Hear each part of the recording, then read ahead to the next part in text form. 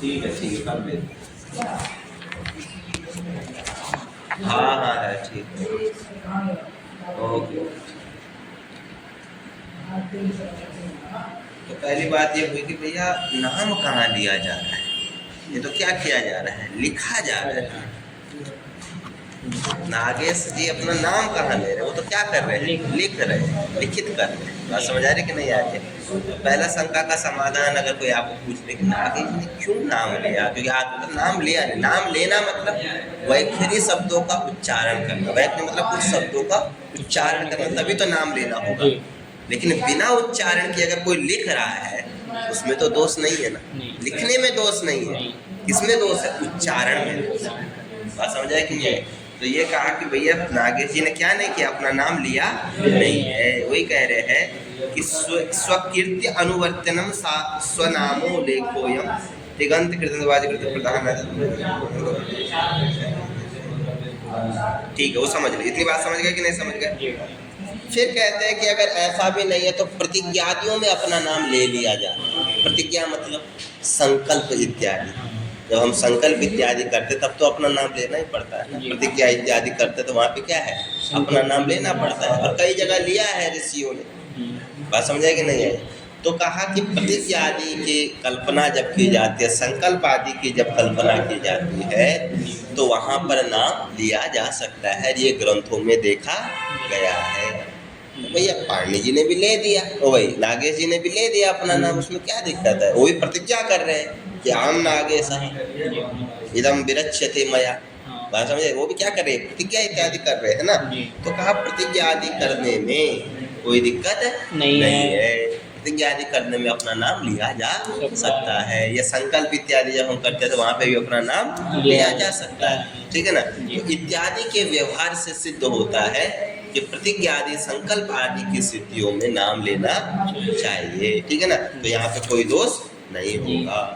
फिर कहा नागेश भट्ट विदुषा। आपका विदुषा क्यों कहा, विद्वान क्यों कहा? चलो नागेश जी तो कह दिया, ठीक है प्रतिज्ञा कर रहे हैं, है ना, इत्यादि प्रतिज्ञा करके हमें संकल्प, हम ये कार्य कर रहे हैं।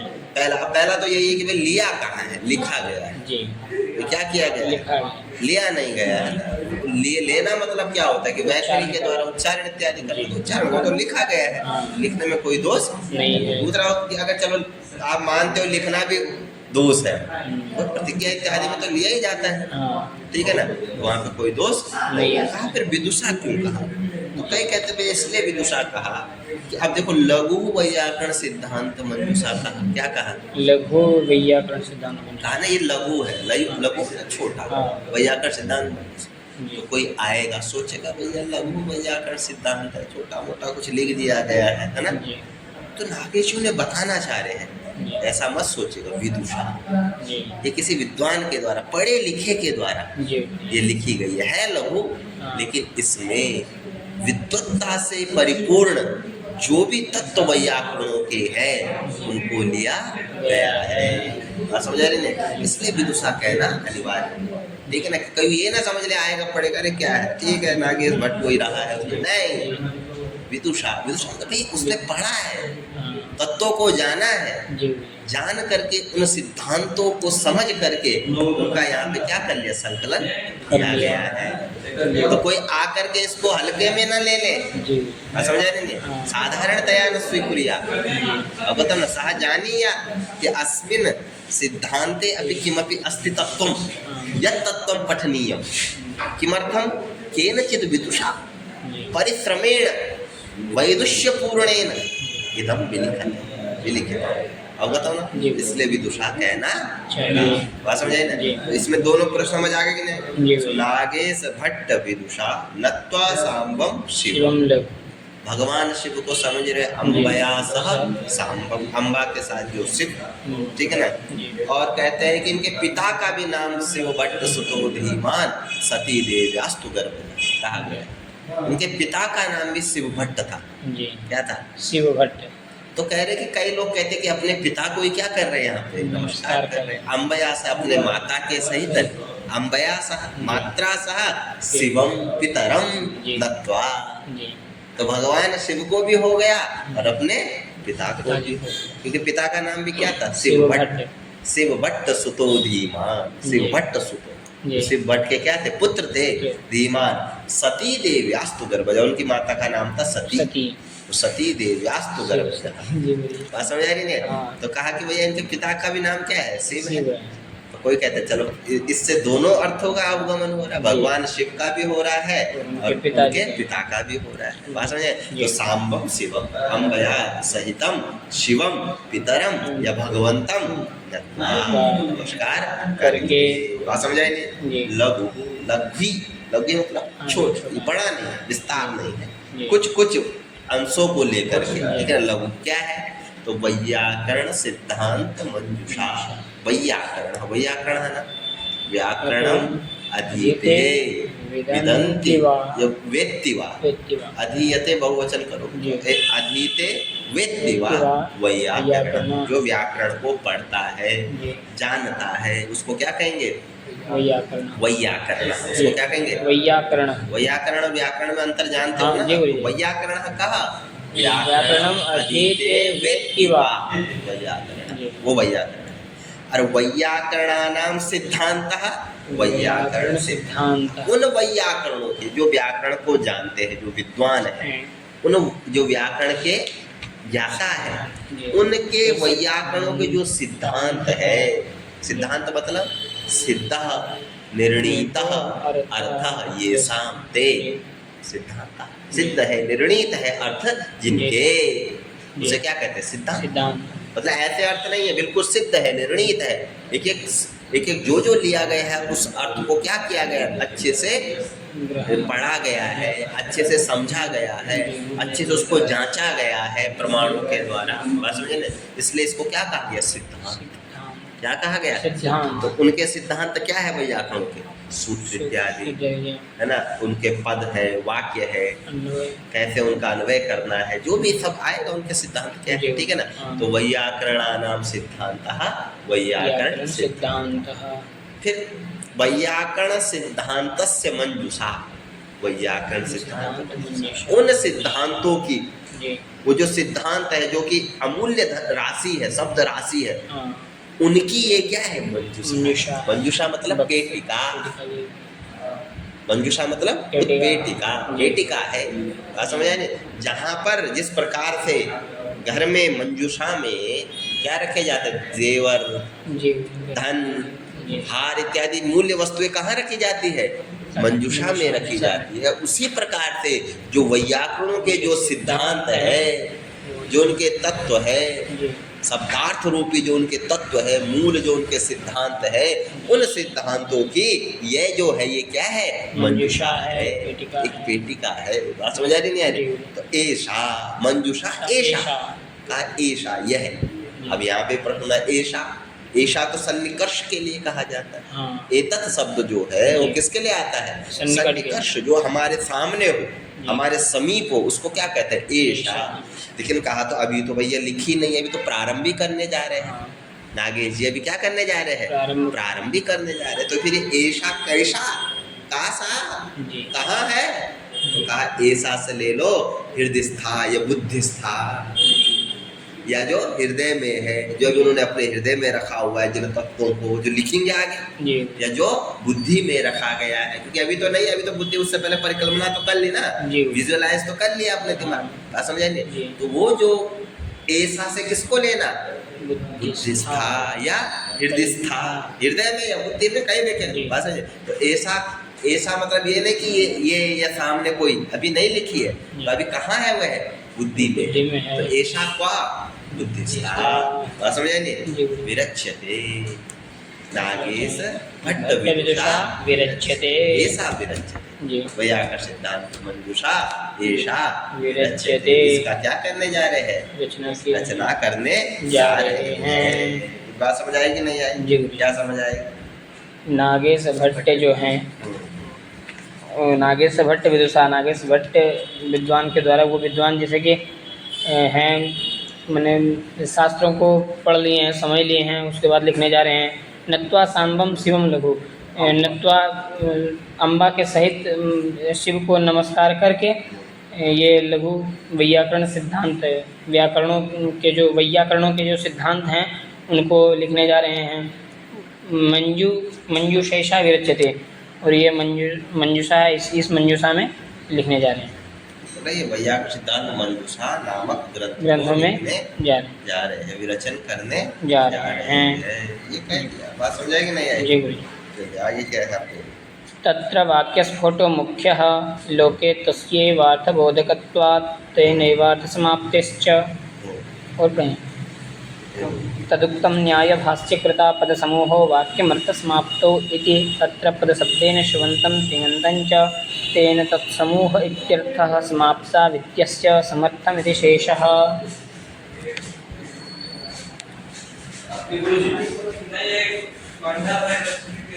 बात समझ आई? दोनों बातें समझ आ गई कि नहीं आ गई? जी गुरु। पहले तो ये बात समझ आई कि नागेश जी ने अपना नाम क्यों लिया, क्योंकि प्रश्न ये बनता है पहला जी। नागेश क्यों कहा?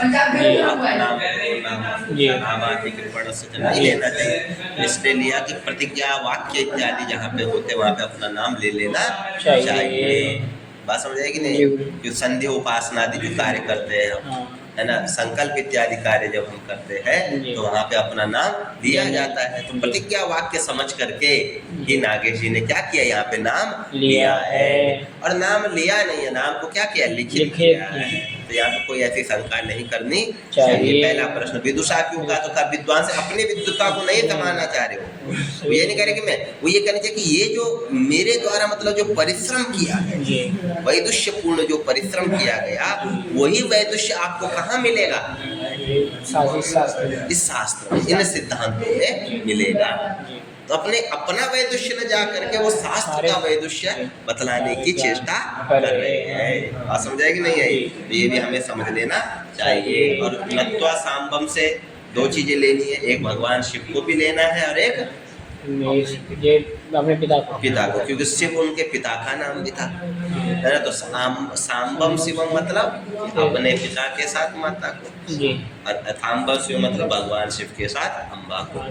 दोनों अर्थों को यहाँ पे ले लेना है। तो तीन प्रश्न बने, पहले नागेश, विदुषा, फिर सांबम शिवम, यहाँ पे ठीक है ना। फिर वैयाकरण सिद्धांत, वैयाकरण किसे कहते हैं, सिद्धांत किसे कहते हैं, मंजूषा, इसको समझ लो। और इस ग्रंथ का नाम क्या रखा गया, वैयाकरण सिद्धांत मंजूषा। ऐसा जो ये है कौन, हृदयस्था, ऐसा का हृदयस्था बुद्धिस्था विरच्यते, मेरे द्वारा क्या की जा रही है, विरचित की जा रही है। अपनी बात समझ आ गई? चलिए आगे क्या आगे है गुरु जी। ये तत्र वाक्यस्फोटो मुख्यः,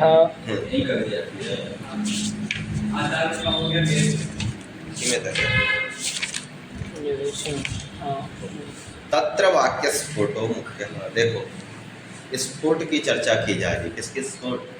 स्फोट कहते हैं किसे, पहले ये समझो, ठीक है ना।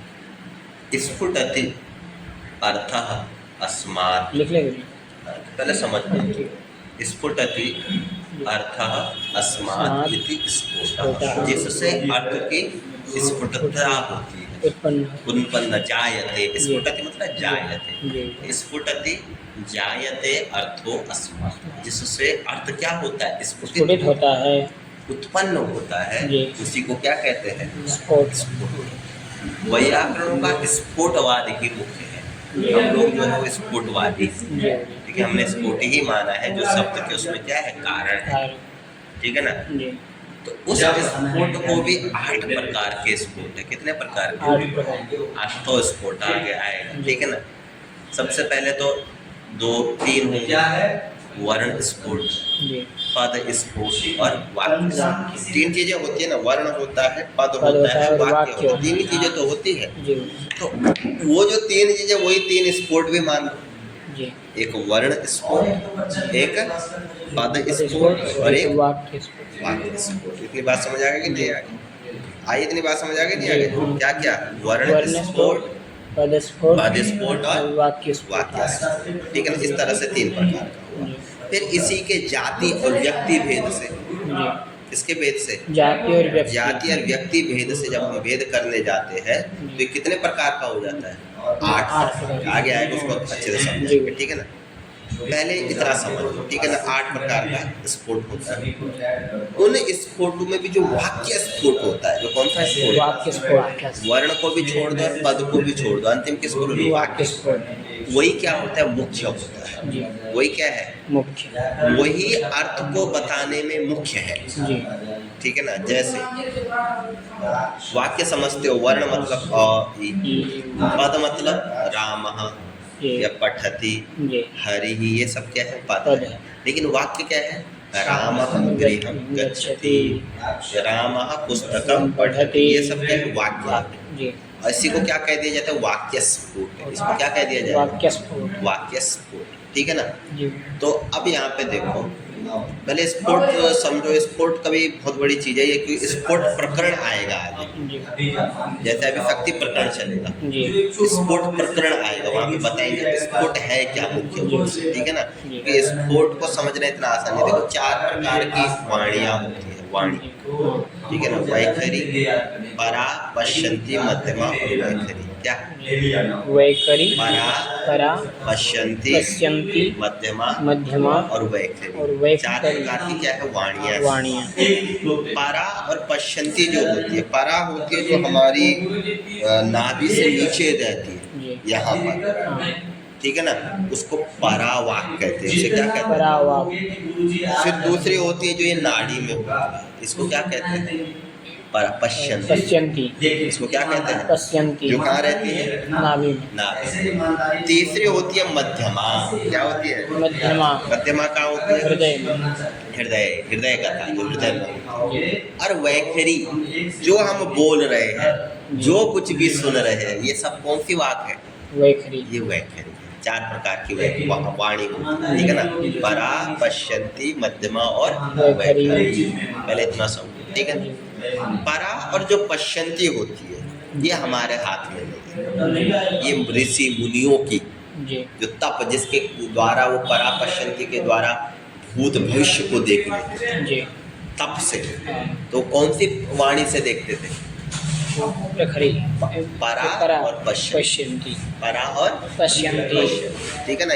इन वाणियों से ही वो क्या करते थे? भूत भविष्य को देख लेते थे। ठीक है ना।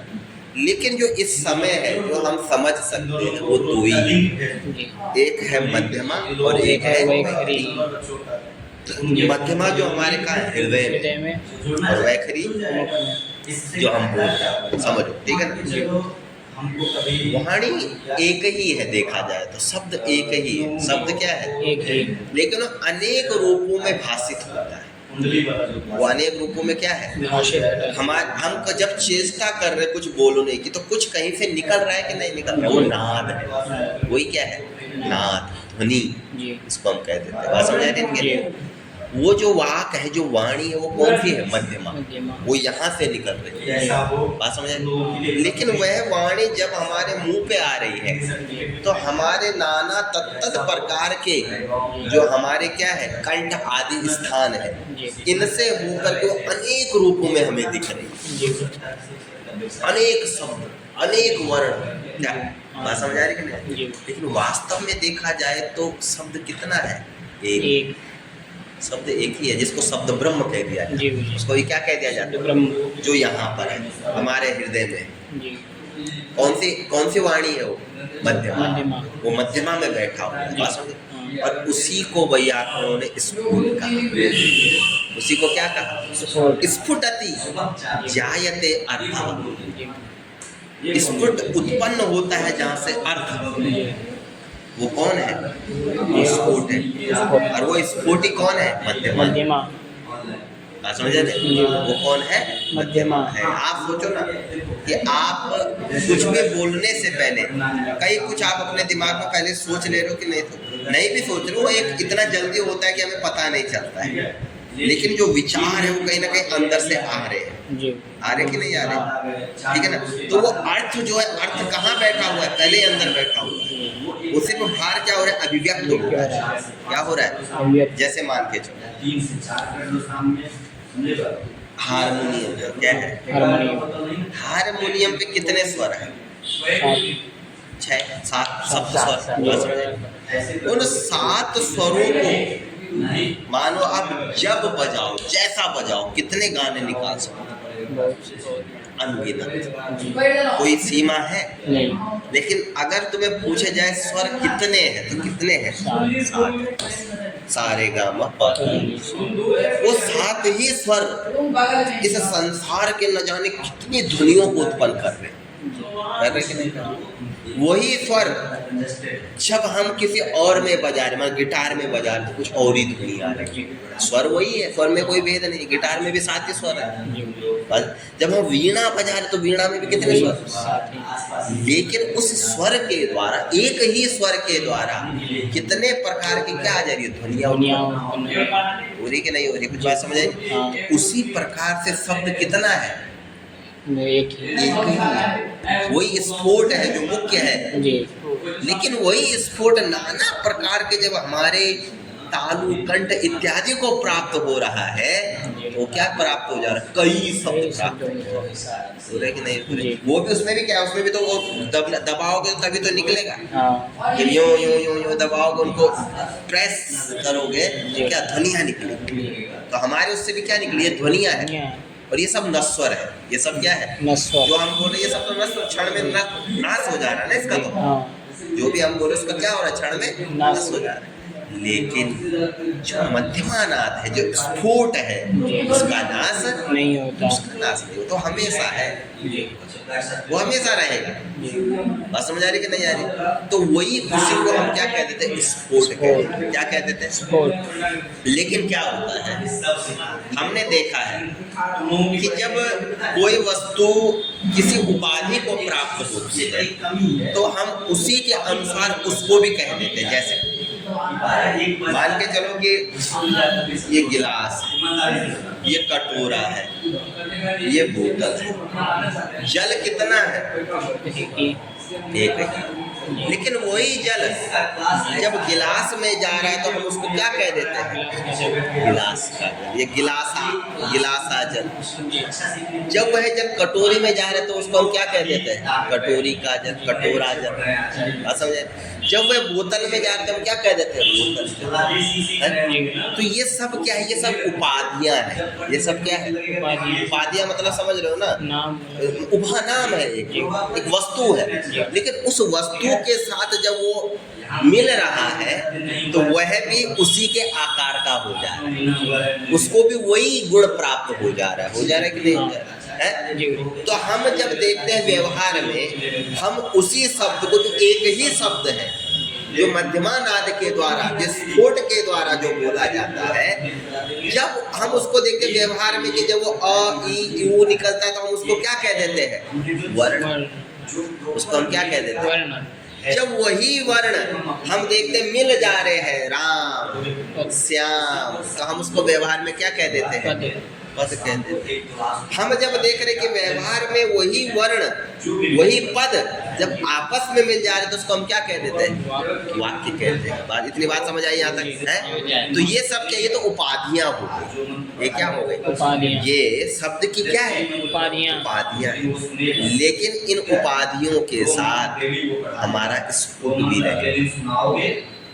वर्ण जब रहेगा तो वर्ण अकेला नहीं रहेगा, वर्ण स्फुट रहेगा।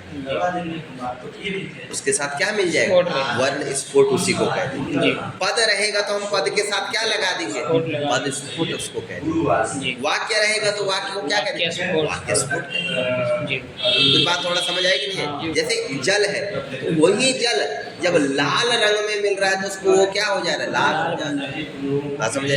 जब वही जल पीले उसमें मिल जा रहा है, पीला रंग मिल रहा है तो जल कैसा पीला हो जाए।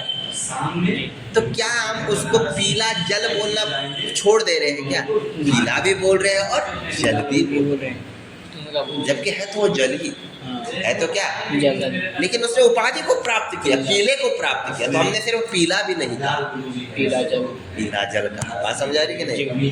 हमने उसको सिर्फ नीला नहीं कहा, नीला जल का।